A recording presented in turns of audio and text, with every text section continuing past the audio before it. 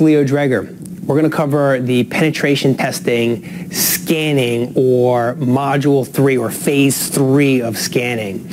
Now again, we're going to use disclosure to our advantage here. Notice we're halfway through the life cycle and we're still focusing on disclosure. A lot of people ask, hey, how did you hack into this or how did you hack into that?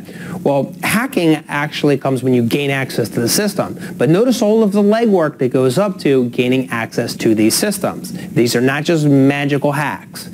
In phase 3 of scanning, we focus on gaining as much information about our targets, more so than we did when we talked about footprinting. Except we're going to use a variety of different tools here.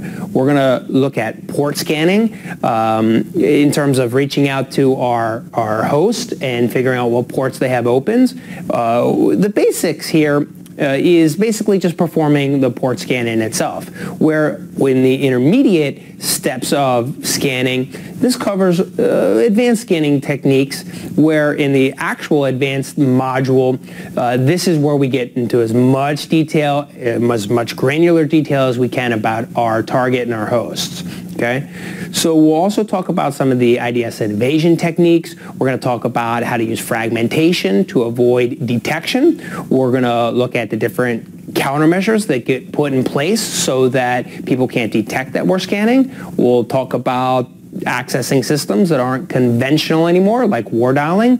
We're going to talk about using proxies to hide our source.